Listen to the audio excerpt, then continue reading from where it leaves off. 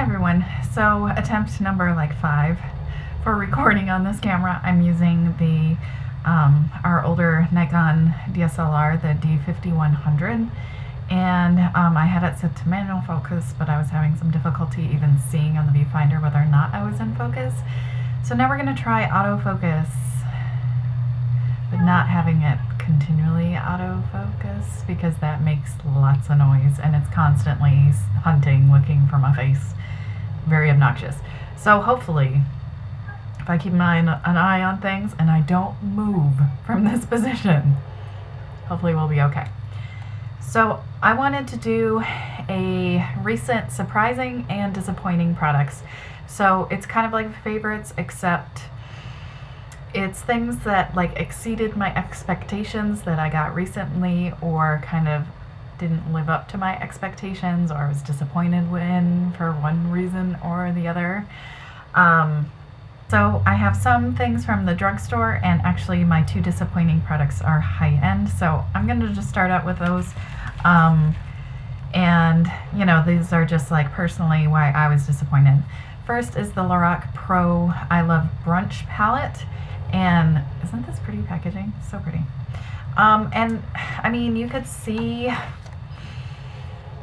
it's not like it was any surprise per se, but it was still kind of disappointing. The color selection obviously is, you have to use, pretty much have to use other palettes with this, and that's kind of a bummer. And I had a lot of fading, and that's been my experience with pastel colors. Really light colors tend to fade. Still disappointing when it happens. So I would say like 85% convinced that I'm going to return this, which is a bummer, but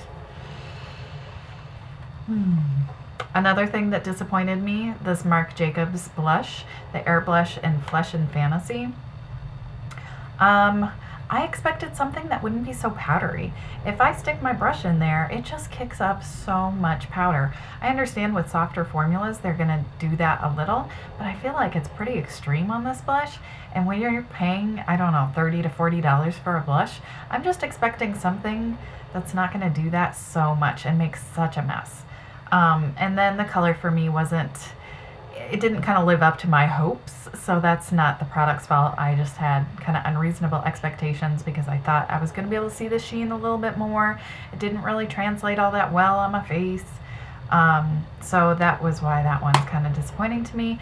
And again, I'm mostly convinced that I'm going to take it back, which is a bummer, but when you pay that much for a blush, you want to be really happy with it. My head feels like wet from oil. Alright, so things that exceeded my expectations. Well, I've talked about this quite a lot, but I'll just mention it again here. The Wet n Wild Liquid Catsuit Liquid Lips. These wear so nicely on me. They're easy to apply with the exception of Goth Topic. The other shades I have are really easy to apply. They look lovely, they wear nicely, they're not super drying. They're less drying than like the ColourPop Ultra Matte Lips. And you can get them at the drugstore. You can get them additionally discounted at the drugstore. So happy with these. Really wasn't sure what to expect because some Wet n Wild lip stuff I've had in the past has not been good and I couldn't wear it, so I got rid of it eventually. But these are beautiful, and I have bought more, and I really love them. This was the first shade I bought, and it's Nice to Fuchsia. So, beautiful color. I have several lip things here. Another thing that I got as a sample from Sephora, but have liked so much that I'm considering buying an actual full size, is the Too Cool for School Dynaplatz lip balms. So I got a little sample set with 3, and I've already basically finished one of them, which says a lot, especially when it's in this type of packaging, which is so obnoxious. But I mean, how else are they going to give it to you? I understand, it's just a pain to use. So this one that I'm almost finished is in Spilled Wine, and I'll go ahead and put maybe this red one, the Beet Jam, on. So they have this really fun kind of jelly texture that is for some reason really pleasing to use, and they're actually moisturizing. That's what's the kicker for me, is that I have very dry lips, and usually tinted lip balms actually dry my lips out and make them sore, but this one actually is comfortable after it wears off. Like, my lips aren't feeling like super dry and super sore, which is very unusual for a tinted balm. I don't know why tinted lip balms tend to be more uncomfortable for me to wear than like a lipstick. It's ridiculous. They also smell really nice. They leave a stain on your lips, which is nice. The only thing I'm not sure is if the different colors leave a different stain, or if it all ends up being kind of that pinky, brighter pinky color. So they go on a different color, like the spilled wine goes on looking a little bit more kind of plummy, but then I find that it ends up looking kind of pink after it's been on for a while, so I'm gonna have to see what color this red comes out to be. But I also like that it doesn't like really exaggerate the fact that I have a darker lip line from freckles. A lot of sheer products make it so that like you can really notice how pale it is in between that lip line and the middle of my lip. So they, for me, they wear really nicely color-wise as a tinted balm, and then the actual wear is very comfortable, which is unusual for me. So there are so many things about these that are just so much better than I expected, and it's awesome. So I'm really happy with that. The smell, by the way, is kind of like a candy, like some sort of like jelly candy deliciousness, and they smell different depending on the shade. Yeah, really cool. And that's how I keep my lip samples together and somewhat fresh. Let's see. Another lip thing that I was so surprised by. This came in a gift with purchase, and you know, talk about low expectations. It came in an Ulta Beauty product gift with purchase, so it's an Ulta branded lip gloss stain and treason, and this is like super low maintenance, looks pretty effortless red lip, so it's like a red lip without looking like super done. And when I'm gonna be out, you know, with the kids and whatnot, I don't necessarily want, since I already have a full face of makeup on, I want something a little more casual looking on the lips, and this is a way to wear kind of a brighter color where it still gives that red impact, but it's not like that fully opaque. To me, that says a lot more laid back than like a full like matte red lip can sometimes when you have the rest of your makeup on. So it wears nicely, it stains nicely, it's comfortable, really nice. Very much better than I expected. Another Ulta item, the brow tint in medium. This was another reason I was interested in the gift with purchase. So this ends up working really well for me when I haven't dyed my brows recently. It's a nice, like, cooler medium to dark brown, and it has a good amount of hold. It has a tiny spoolie, so you can even easily get to like the tail of your brow. Yeah, just really nice, much better than I expected it to be, which is awesome. So, okay, so that covers, I think, all the lip stuff and Ulta stuff. So just, oh, one more thing I did get in a different gift with purchase is this Honest Beauty Invisible Blurring Powder. Now, when I looked online to like confirm the name of this, Ulta said they didn't carry it anymore. I'll double check that. It seems a little weird that they just included it in a gift with purchase and they don't carry it. I don't know. So it's a translucent setting powder, and I find that it works pretty well. What I really like about it is how it kind of disperses into my brush really easily.